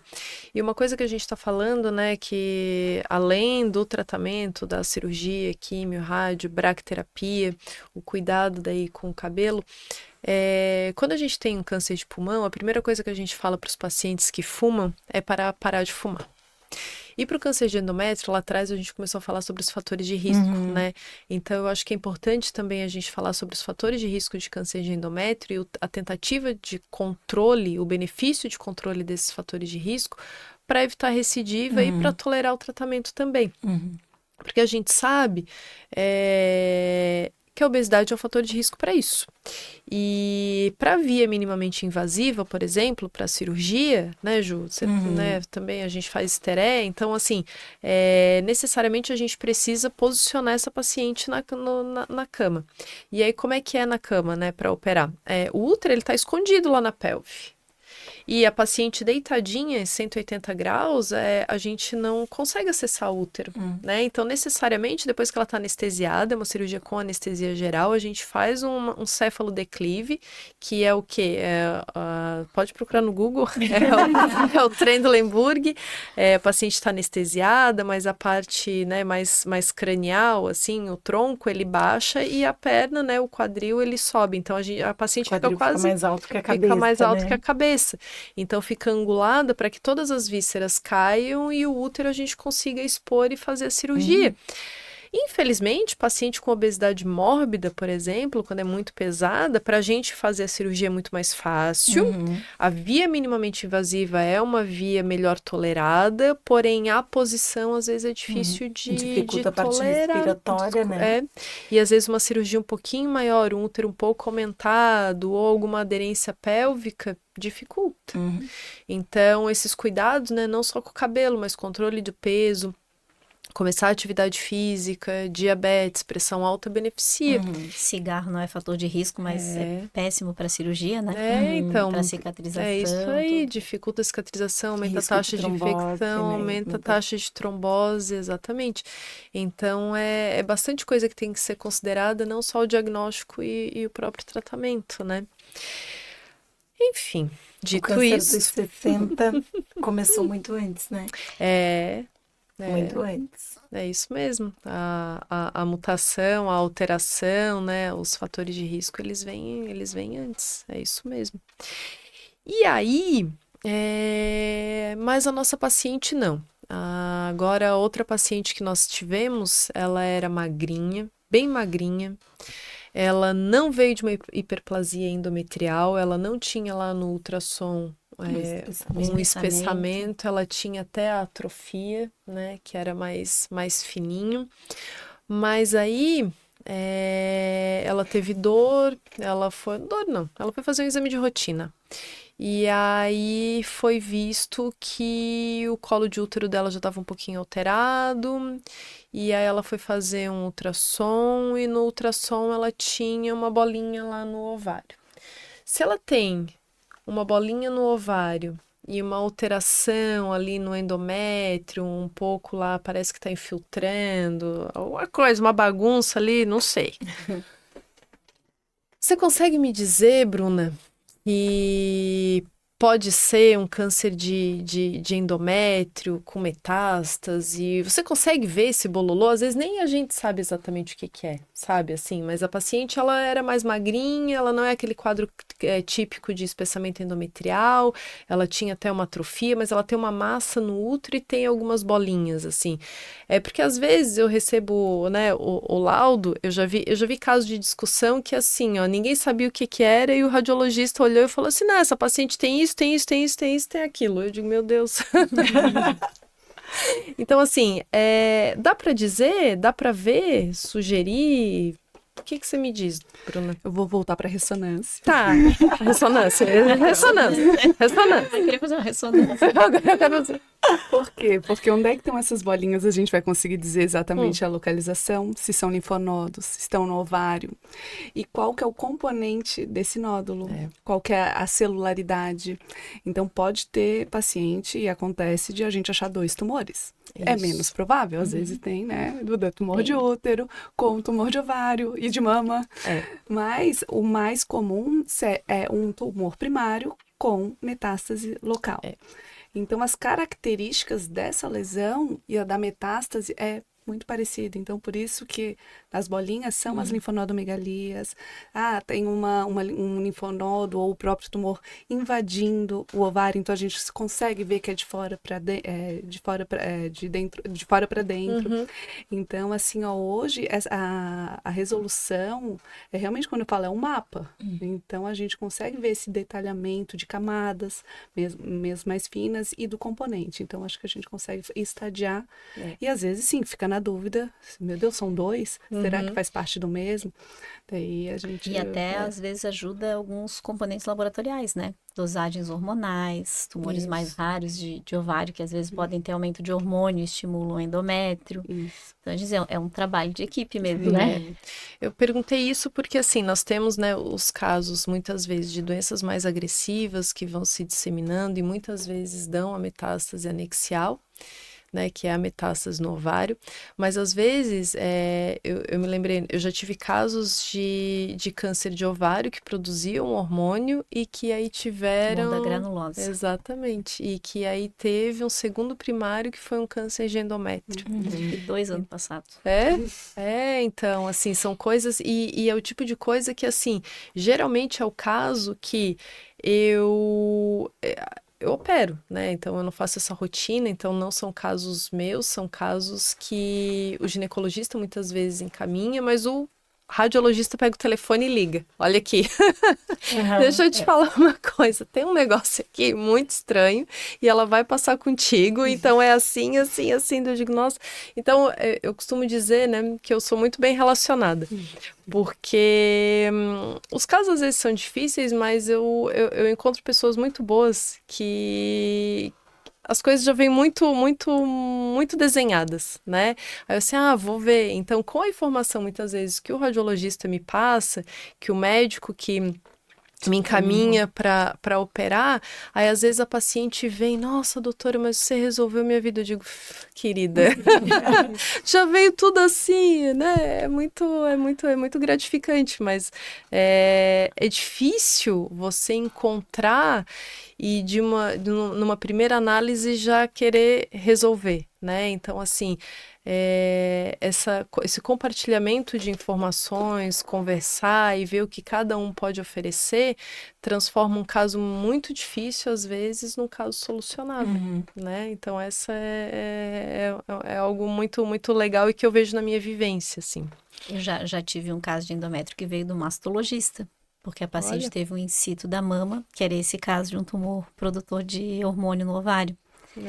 E daí a paciente, então, ela teve uma produção de hormônio, estimulou a mama, teve um tumor in situ, no estadiamento, teve esse diagnóstico de algo errado no ovário, no útero, e era um tumor no ovário produzindo hormônio que estimulou os dois. Os dois, né? Então, acontece, né? O raro também acontece.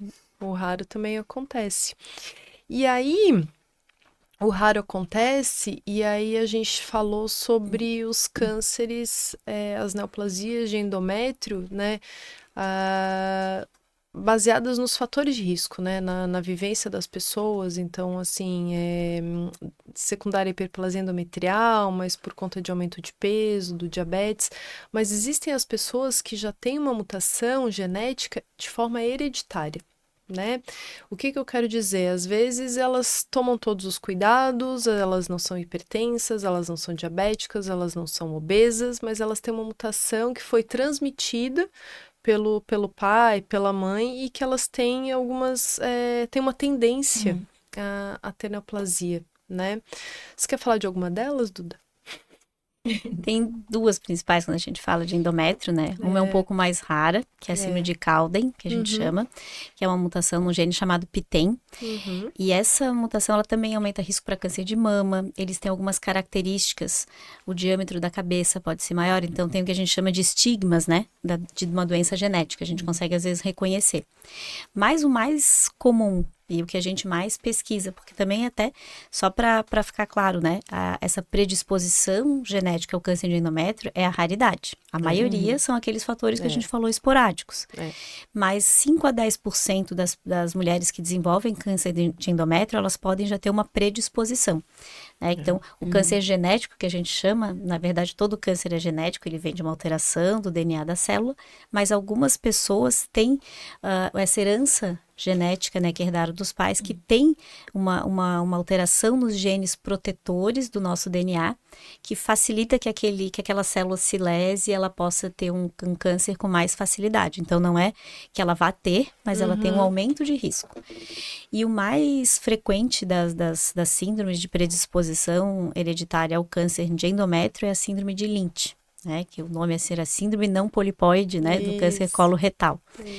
Então, nesse caso, a gente não tem nada assim externo que a paciente apresente, mas chama atenção para a gente a história familiar. Então, geralmente, na síndrome de Lynch, são famílias que têm câncer de cólon, né, de intestino, antes dos 50 anos, tem mais de uma geração com câncer de intestino, pode ter câncer de endométrio, câncer de ovário, câncer de ureter também. E, geralmente, então, a síndrome de Lynch, ela vai ser causada por alteração em 5 genes, né? São 5 principais genes que podem estar alterados. Então, a gente tem hoje como pesquisar no sangue, na saliva, quando a gente tem essa história na família que é, assim, mais sugestiva, ou teve familiares na família com câncer. Então, quando a gente tem uma suspeita, e o câncer de endométrio hoje pra gente abaixo dos 60 anos, que seria aquela idade meio padrão, a gente testa as pacientes, mas a gente também pode pesquisar pistas no tumor. Então, esses 5 genes, eles vão codificar proteínas, e essas proteínas protegem nosso DNA.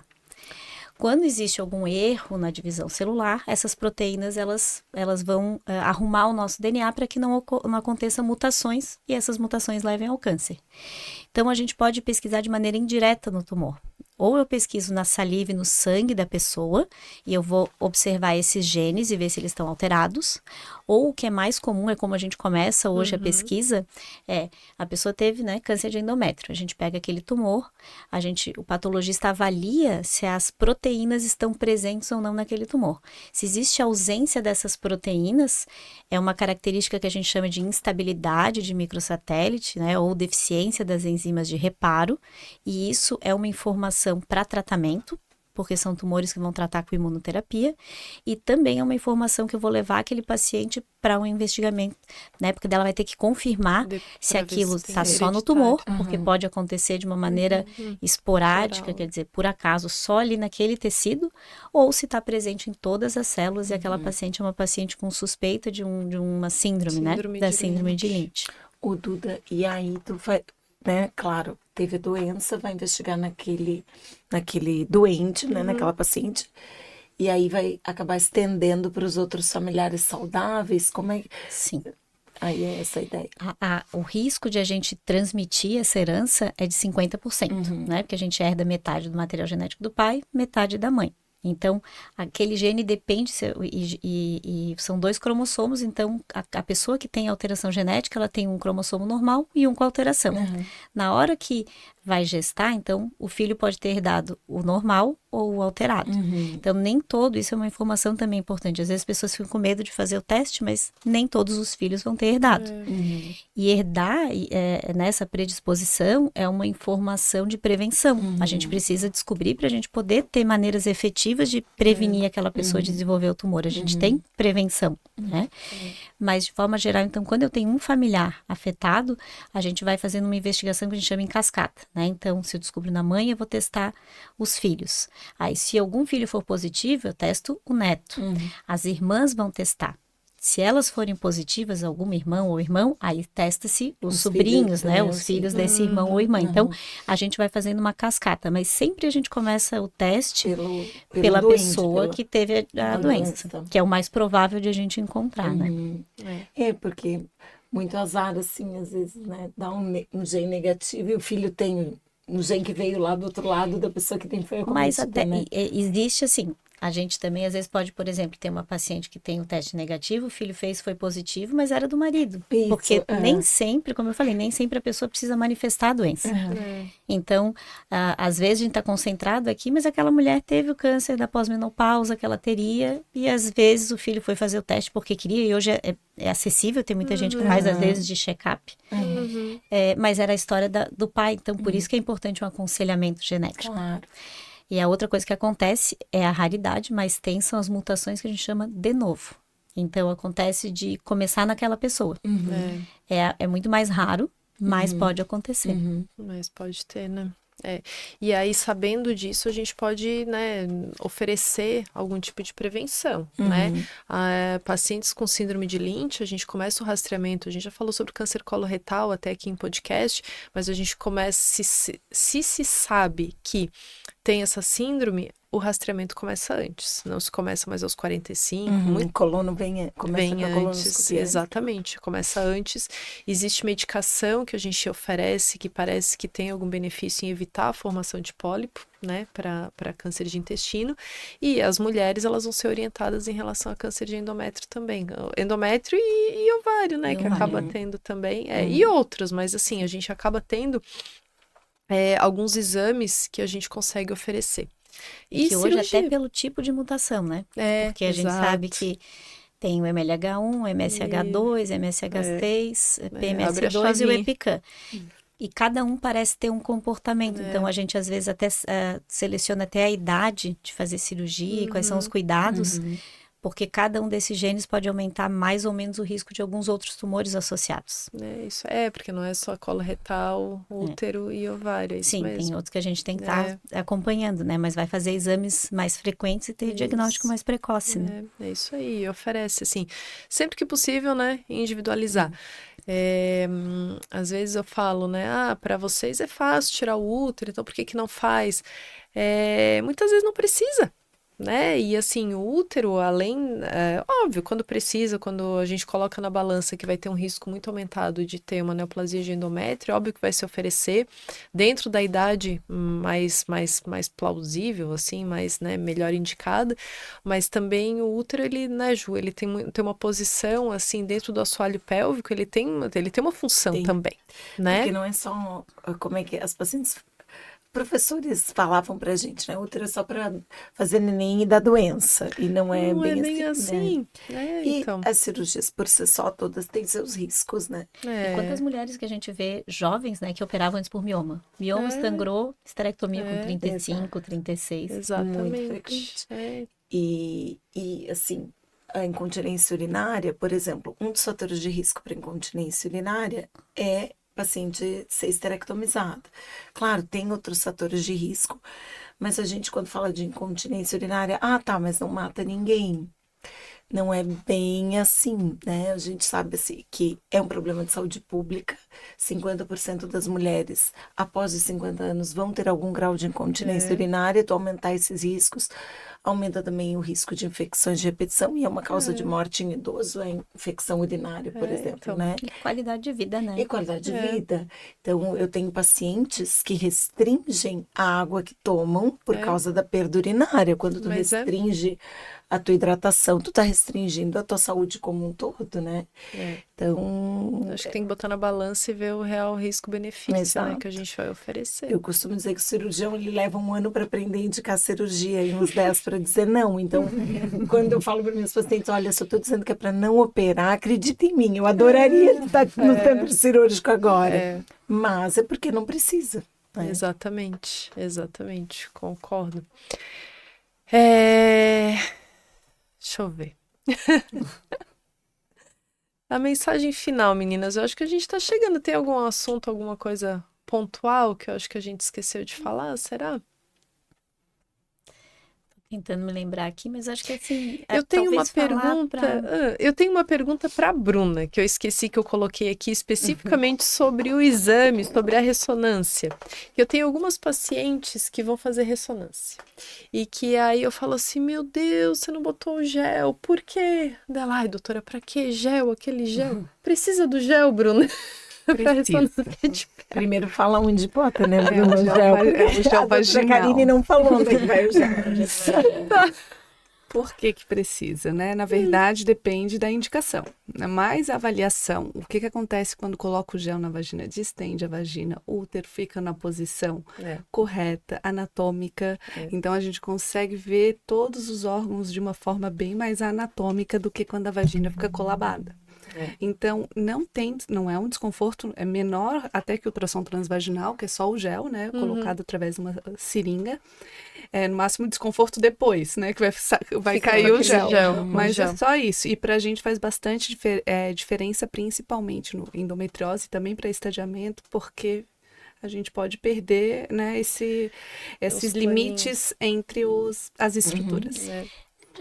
Uma pergunta para a Ju, porque eu acho que endometriose hoje é um assunto muito em alta, né? Uma paciente com endometriose, ela é uma paciente de risco? Acho que às vezes as pacientes ficam preocupadas, né, com a endometriose. Se isso é um problema para elas terem algum problema, né? Então, assim, os estudos, eles sugerem que pode haver sim um aumento do risco para câncer, né?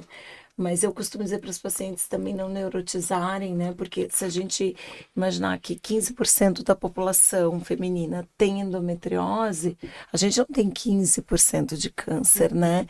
Então, mas é levemente aumentado, não é uma coisa assim, ter endometriose quer dizer que vamos ter câncer, né? Então, É que assim, a endometriose é aquele tecido endometrial, ele veio do mesmo lugar, né, da célula que a gente está falando aqui, só que fora daquela cavidade. Então, assim, o entendimento é que se tiver uma célula bem formada ali, com um núcleo, né, toda, e se ela sofrer uma mutação, antes de sair, aquilo ali pode realmente ter alguma disseminação. Eu já tive paciente não era câncer de endométrio, não era esse tipo aqui que a gente do qual a gente está falando, mas que ela tinha muita endometriose, era um sarcoma de estroma endometrial. E aí ela tinha muita endometriose e não todos, né, mas assim, muitos foquinhos de doença fora do útero que ela teve, a gente foi biopsiando e se tratava de neoplasia. Né?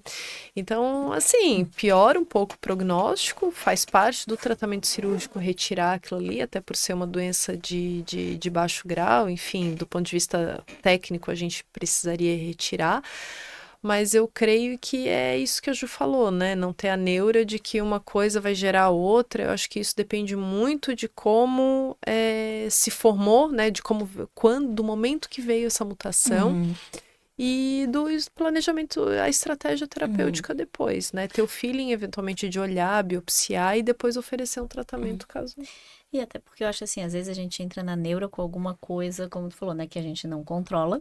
E tem os outros fatores que a gente acaba meio que desprezando, né? Mas assim, não e é... o que a não gente é... controla, a gente a não... gente fica... né?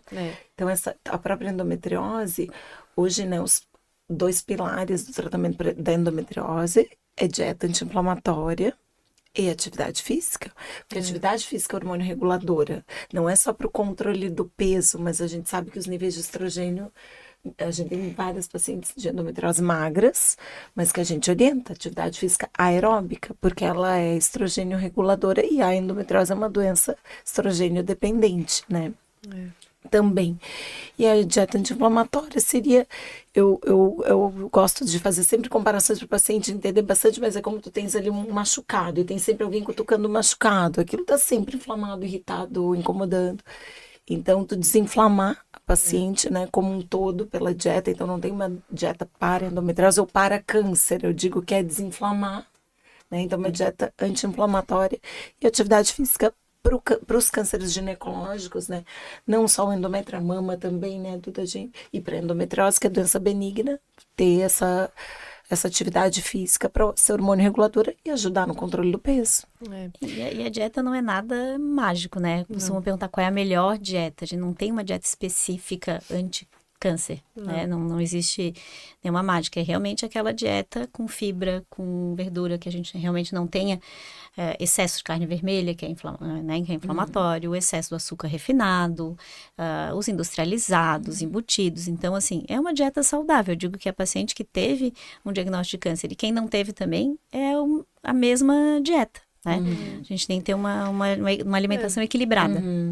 Assim, as pacientes, elas também têm que entender o seguinte, em algum momento da vida, qualquer paciente oncológico, independente do tipo de neoplasia, 80% dos casos vão precisar de algum procedimento cirúrgico, por exemplo.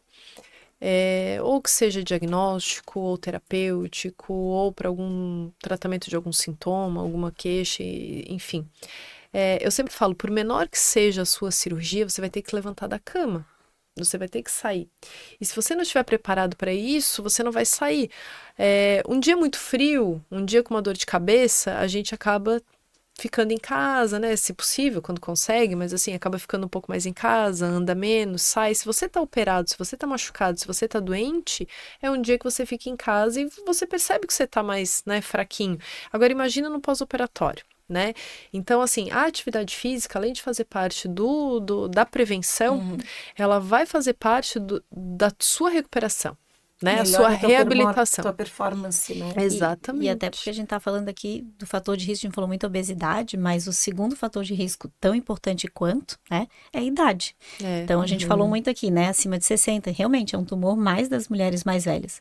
E tem aumentado a incidência porque a gente aumentou a obesidade, 30% das mulheres no Brasil são obesas, e porque a gente tem uma expectativa de vida maior. Então, a gente vive hoje até os 80, 90, então vai aumentar a nossa chance de ter neoplasia. Porque quanto mais velho, mais tempo a gente tem para acumular mutações, para aquelas nossas células envelhecidas terem erro na sua divisão. Então, por isso que aumentou também, é uma das causas de aumento de número de câncer, né?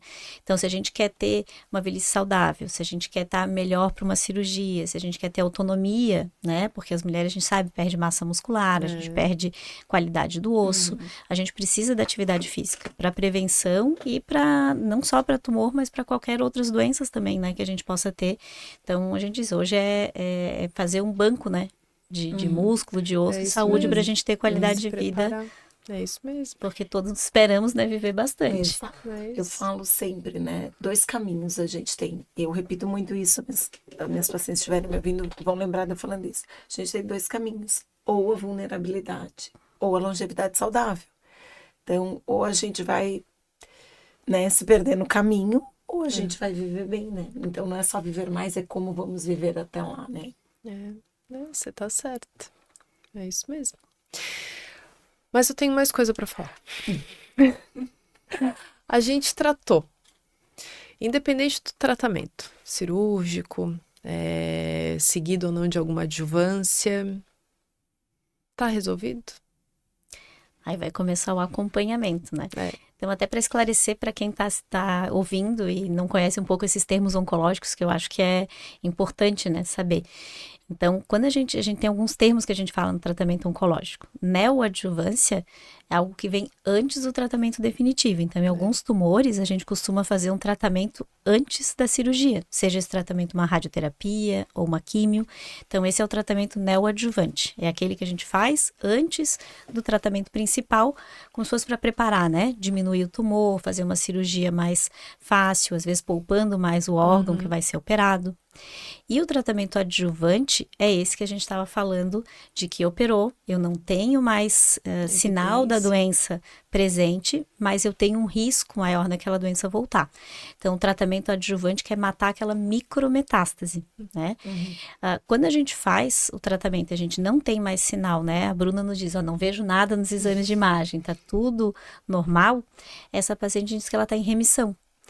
E, de maneira geral, a gente conta um tempo, né? Isso é um número meio fechado para todos os tipos de tumores. A gente sabe que para tumores mais agressivos pode ser diferente, para alguns tumores que às vezes podem voltar depois de mais tempo, pode ser também um tempo maior, mas, de maneira geral, são 5 anos. Essa paciente vai ficar em acompanhamento durante 5 anos para a gente ter certeza que não vai voltar.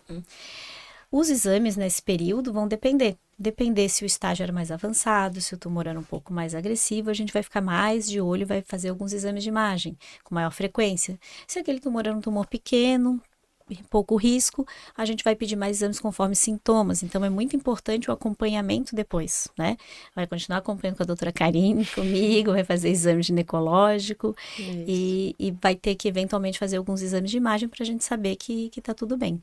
Eu costumo dizer que, assim, a periodicidade, né, vai depender muito do que foi feito, do tumor, do que foi feito. Mas com o tempo vai passando e a gente vai ficando um pouco mais tranquilo em relação à recidiva, né? Porque assim, quando que a doença mais volta, né? O maior de recidiva é mais próximo do tratamento. E depois, quando vai dando um espaço, aquilo vai diminuindo a chance. Então, a gente vai soltando, né? A gente vai soltando a cordinha, assim. A gente vai deixando os pacientes um pouquinho mais soltos e vai vendo com um espaçamento, assim, um tempo, né? Um pouco maior. Uma coisa que eu ia falar... Para câncer de endométrio também, mas às vezes, mas principalmente colo de útero, que a gente às vezes faz alguma preservação, né, do colo e do útero, que a gente faz a radioterapia, mas endométrio a gente também tem essa opção, mas muitas vezes a gente vai examinar a paciente e pra gente, pós-radioterapia, tá tudo muito alterado ali, né? Um pouco mais espessado, não é um tecido normal.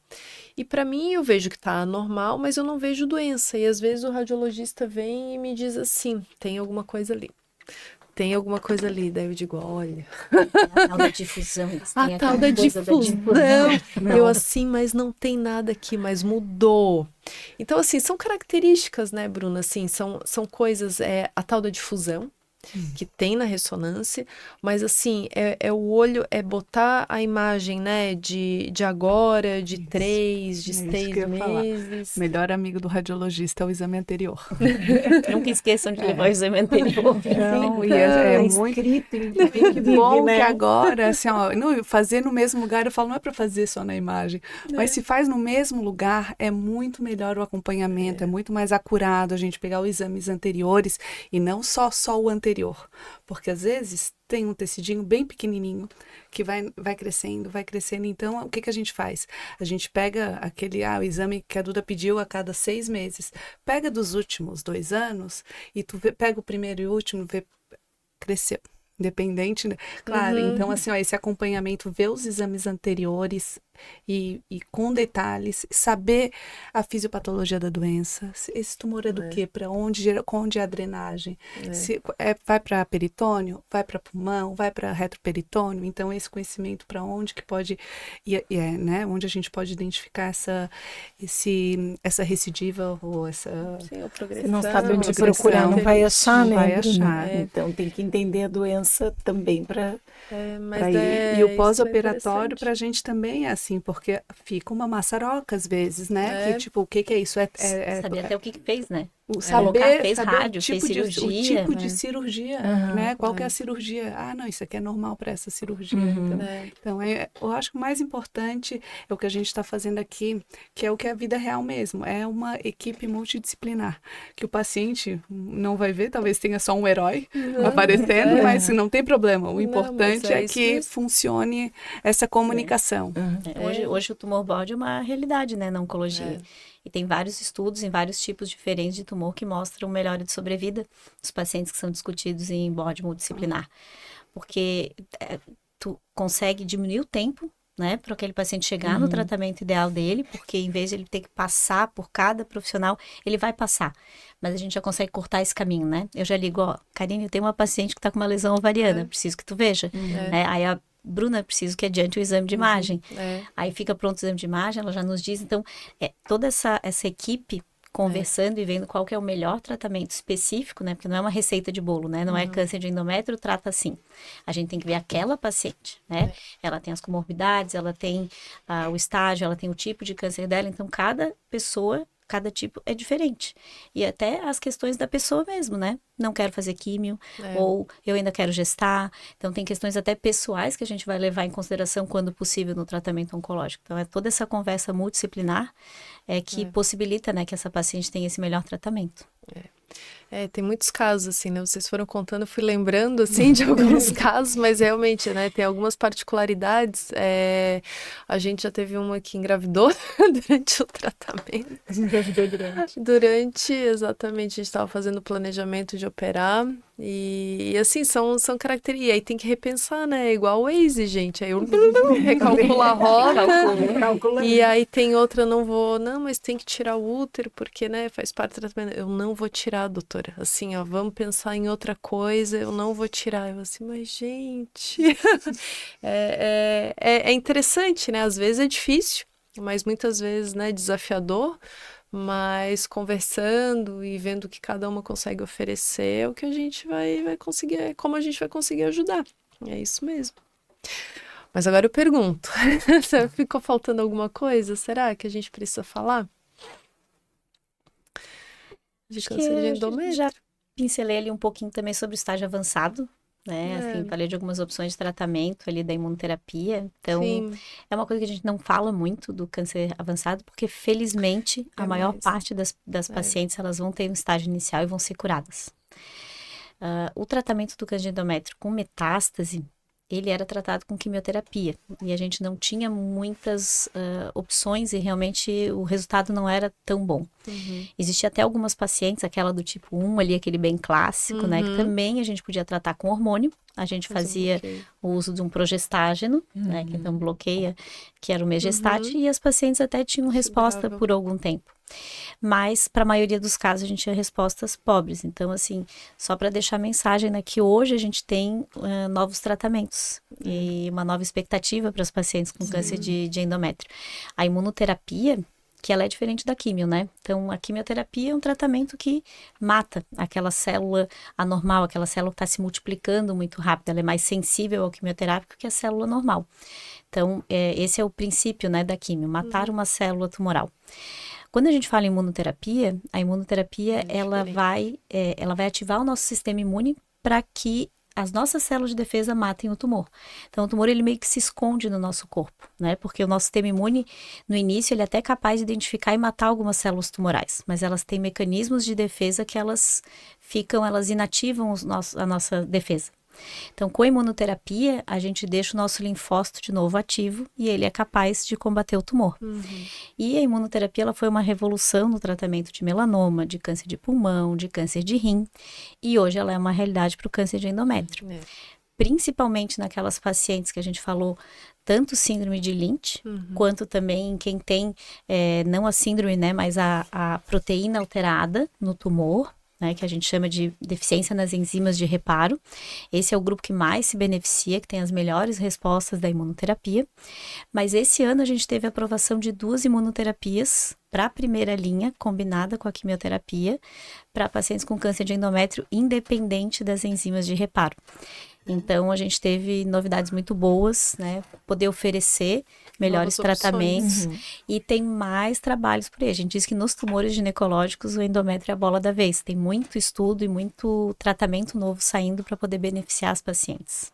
Que bom. O câncer de endométrio é, assim, dentro dos tumores ginecológicos, né, que eu costumo tratar, essas informações que o patologista nos dá, né, o estadiamento, os diferentes tipos de tumor, eles têm comportamentos biológicos muito diferentes, muito distintos.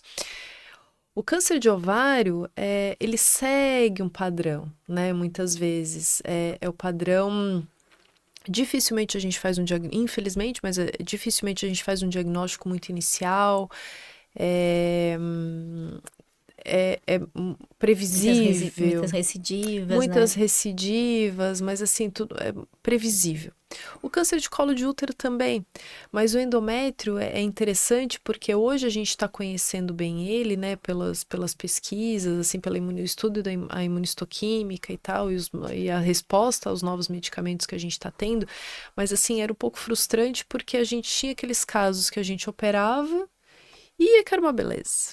O paciente não tinha nada, ia bem da cirurgia, parece que, né, seguia bem.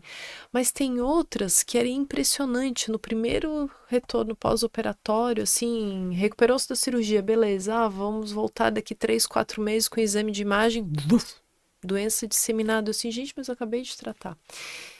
E aí é isso que eu falo, né, assim, que a gente começou lá atrás conversando, a biópsia lá atrás, ela é importante, porque a gente vai ter o conhecimento, a gente vai oferecer o melhor tipo de tratamento para essa paciente, conhecendo a neoplasia, né, então o câncer de endométrio, ele é muito heterogêneo, né, a gente precisa de muita informação para oferecer o melhor tratamento. E às vezes é uma neoplasia inicial, mas que merece ser tratado de forma muito agressiva. E tem outros, em contrapartida, que às vezes são neoplasias um pouco maiores, são neoplasias assim que a paciente já convive com aquela doença já há mais tempo, mas que depois da cirurgia algumas vezes não precisa fazer mais nada e que a gente sabe que ela vai ficar bem. É porque a gente foi evoluindo, né? Que a gente chama da oncologia de precisão, é isso. A gente conhecer melhor a biologia daquele tumor. Isso pra gente hoje é uma realidade em mama. Ninguém trata câncer de mama sem fazer a imunistoquímica, né? Então, assim, além do patologista ver lá o tecido e dizer é câncer, é do tipo tal, ele vai fazer análise de algumas proteínas por esse exame imunistoquímica, que é o exame, na verdade, feito lá na biópsia mesmo, né? E essa presença ou não dessas proteínas, receptores, nos dão o tipo de câncer de mama. Hoje, para pulmão, ninguém trata câncer de pulmão sem saber. E assim, agora é para o câncer de endométrio. Então, antes a gente tinha só o estadiamento, hoje a gente faz realmente essa diferenciação entre os tipos, né? E isso possibilitou a gente melhorar o tratamento das pacientes, entender melhor, né? Que caso é que a gente está tratando e como que a gente vai poder tratar melhor essa paciente. É isso aí, gente. Ju, mensagem final. O que você fala? O que você pode dizer pra gente? Eu digo que o câncer dos 60 começou bem antes, aos 40. Então, manter as rotinas ginecológicas e tentar manter os hábitos de vida o mais saudáveis possíveis, com atividade física, uma alimentação mais saudável, às vezes um pouco utópico, mas dormir bem, não se estressar tanto, né? E fazer a sua parte. Tem coisas que a gente não consegue mudar, mas esses fatores de risco, né, mutáveis, a gente consegue, né? Então, manter as rotinas e tentar levar a vida da melhor maneira possível, de maneira mais saudável. É isso aí. Agradecer, né, que eu tô aqui. Fiquei muito lisonjeada, são pessoas que eu tenho bastante carinho. A Bruna, eu pego mais os laudos, a gente não se fala tanto, eu pego mais os laudos, né? Fica escondido naquela salinha. A gente às vezes tem que ir lá catar o radiologista. Não é gelada, aquela sala gelada, né? Escura. Escura e gelada. Escura. Agradecer muito a companhia de vocês, foi uma conversa, uma delícia, adorei. Vamos fazer mais. Vamos. Só me ligar. Tá, combinado. Bruna. Queria agradecer também, foi ótimo, adorei a conversa. Eu acho que o radiologista cada vez mais está saindo dessa sala escura para a gente conversar, não necessariamente com tanta luz, mas, mas a gente é presença sempre nos tumor board, nessas conversas, então é muito gratificante estar aqui, fazer parte dessa equipe.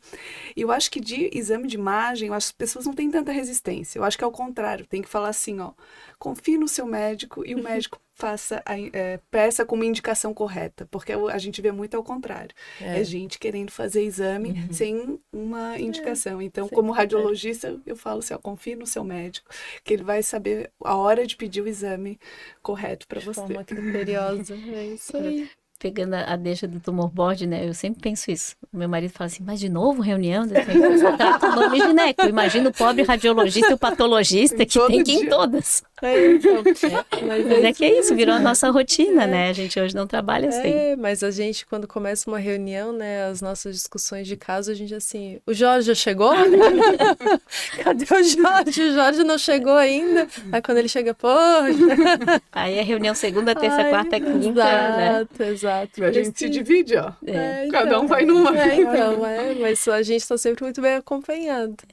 Duda, mensagem final pra deixar gente. De mensagem, tem que estar prestando atenção nesses sintomas. Então, como a gente não tem um rastreio, né, assim, determinado, eu acho que a mensagem é sangramento na menopausa, procurar assistência médica, né? Não é para se assustar, pode ser alguma coisa que não seja relacionada a tumor. Muitas vezes até acontece, né, na menopausa, por atrofia até do endométrio. A maioria, na verdade, a maioria não é, mas pode ser um sinal. Eu acho que é esse alerta que tem que ter para a gente poder se cuidar, né?